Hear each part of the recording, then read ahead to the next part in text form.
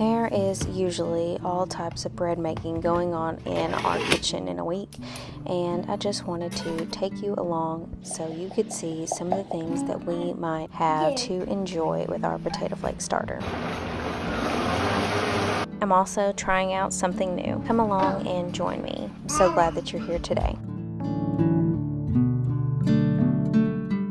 This video can't be a true day in the life video because with a sourdough starter of any kind, you can't really make your bread all in one day.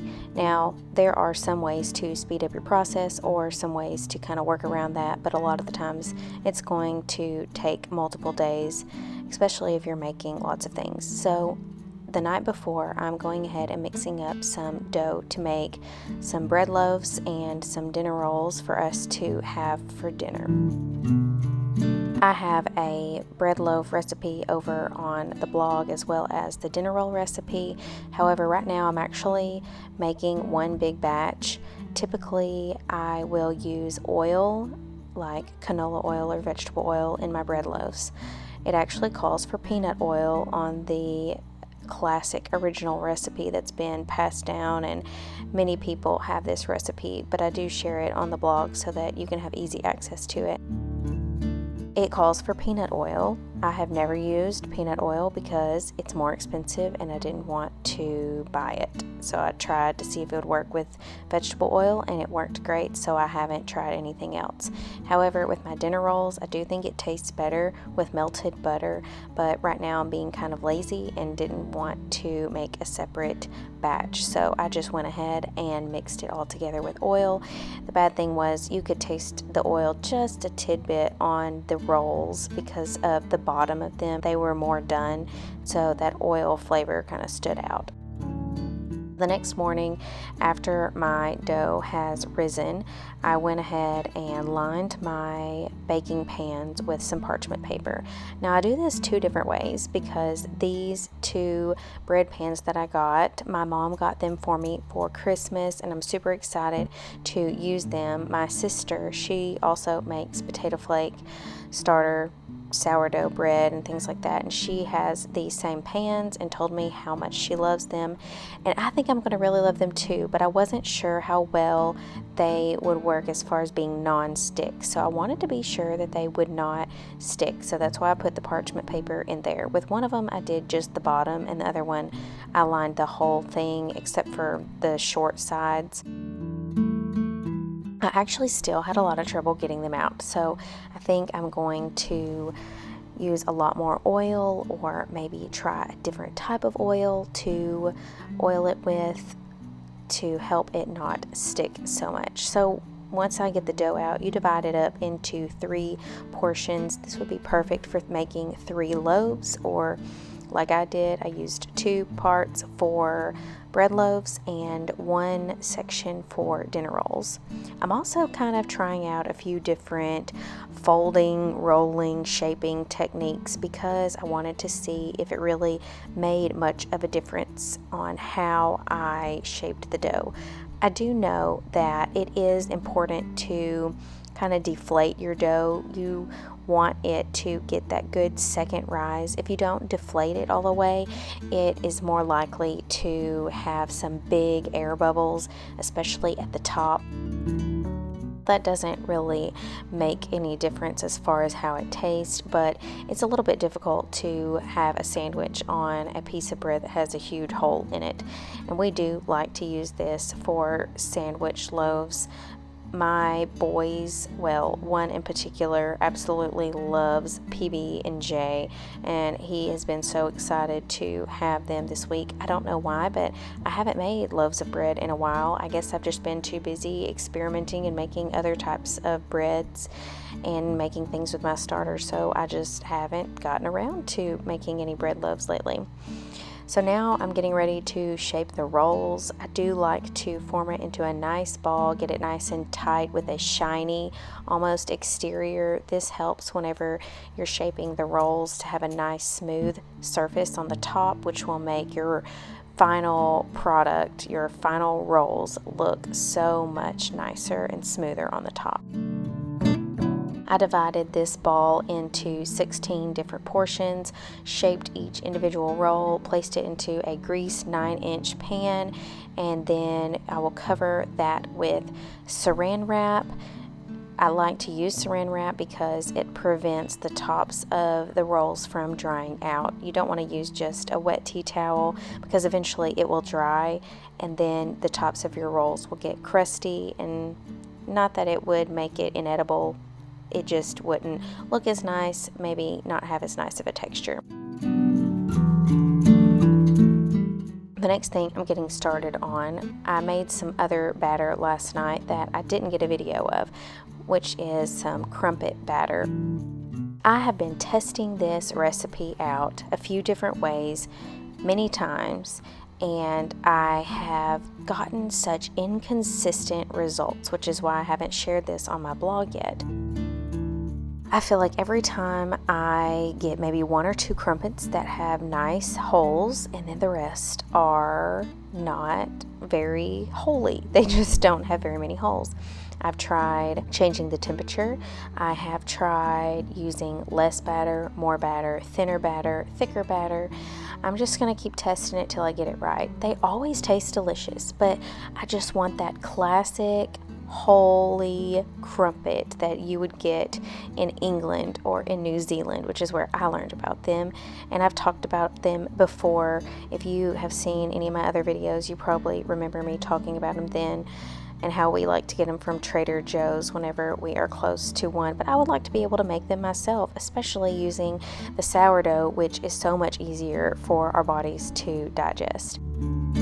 You can see that they are getting some air bubbles in there, which is great, but unfortunately whenever it popped, they were just closing right back up. I promise I will share this recipe whenever I perfect it, but I don't feel like I should share it until I have it just right, because I want y'all to have a successful crumpet, and eventually I will get there, I promise. So I put my rolls in the oven, 350 degrees, and baked it for 25 minutes. Probably take 25 to 30 minutes depending on your pan, how close it is to the top. I think I have my rack not on the middle. It's probably 1 notch down below the middle section of my oven.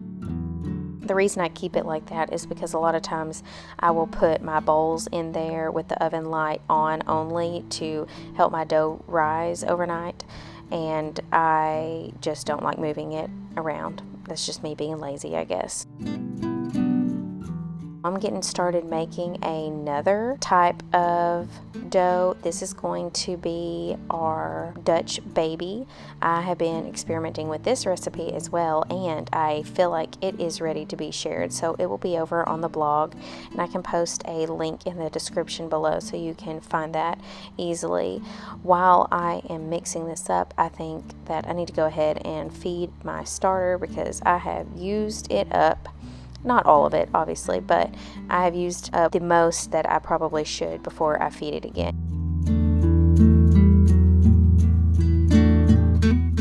If it gets less than a cup, it's not going to be a huge deal, but you really don't want it to be more than a cup because then you're going to have to feed it more so that it will not be hungry, that it will have enough food to feed on.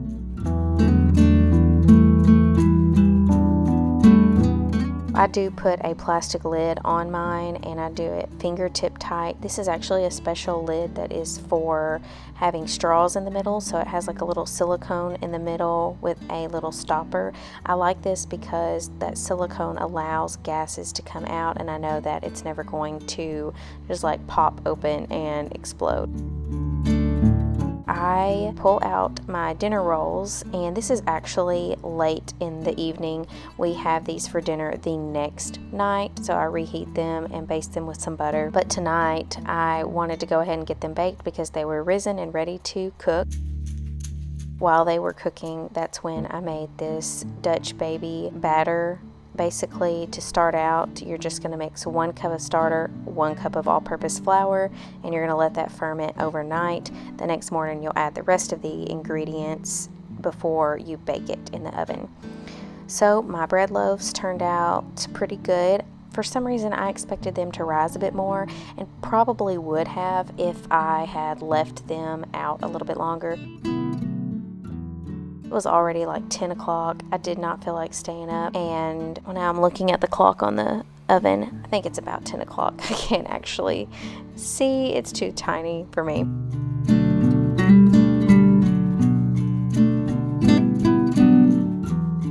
Obviously, here I am in my robe now. I'm ready to go to bed. I'm waiting on my loaves to finish up. They took a little bit longer in these pans. Normally, I only bake them for about 35 minutes, but in these pans, it took about 40. However, I really liked how these pans covered the top of my loaves, which prevented them from getting really dark, which is something I have a problem with normally, and the inside doesn't get done because I'm afraid the top is going to get burnt. I guess you could cover it with some foil if you wanted to, but these pans just made it so easy. And next time I will just make sure I oil them better and maybe even line the whole thing with parchment paper. We'll just kind of see how I feel next time I make it. But next morning I get out my Dutch baby batter. It's nice and bubbly. Take my cast iron skillet and put 5 tablespoons in it and then stick it in the preheating oven. Now, I think I might can reduce that butter amount from 5 tablespoons to 4 tablespoons. I also think it kind of depends on how well seasoned your cast iron skillet is. It had just a little bit more butter on the top than I would prefer, so next time I'm going to try 4 tablespoons. I absolutely love to make this in the blender, and I feel like if you have a blender, it will be worth your time to pull the blender out because it makes such a nice smooth batter. So once you have your flour and starter bubbly mixture, pour it into your blender, add 6 eggs. You're going to add half a teaspoon of salt, a teaspoon of vanilla, then 2 tablespoons of honey. Let me tell you a trick with whenever you are using honey. If you will oil your tablespoon or whatever measuring cup it is that you are using, if you will oil it before you pour your honey in, the honey will just slide right out and you won't waste any. You won't have a big mess to clean up, and it's really nice. You're also going to add, I think it's about maybe a 1/3 cup of milk. Anyway, I'll have that in the recipe for sure. But you pull the butter out of the oven before it burns. Blend up your mixture till it's nice and smooth. It even helps to kind of aerate it a little bit and will help it be nice and puffy. So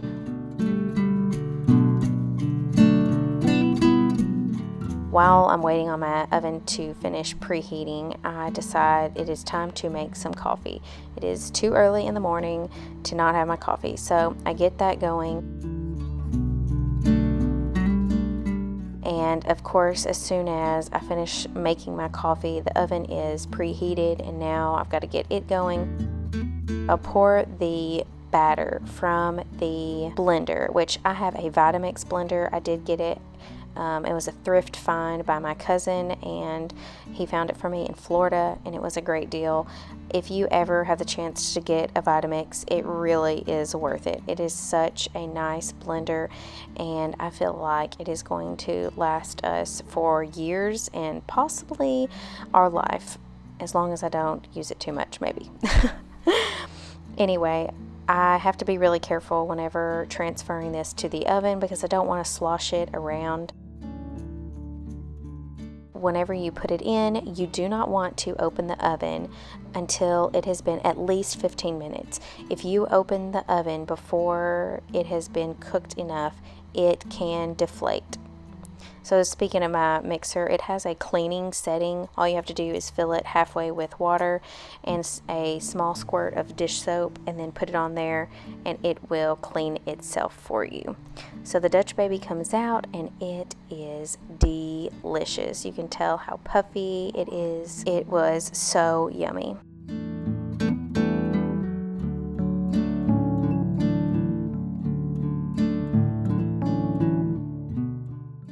I'm so glad that you guys came today, stopped by to see what it's like with a potato flake starter. Maybe some of these things looked good to you. You can check out my recipes on littletennessehome.com, and if you enjoyed this video, please like and subscribe so that I can make more videos like this. I'm so glad that you stopped by today. See you again soon.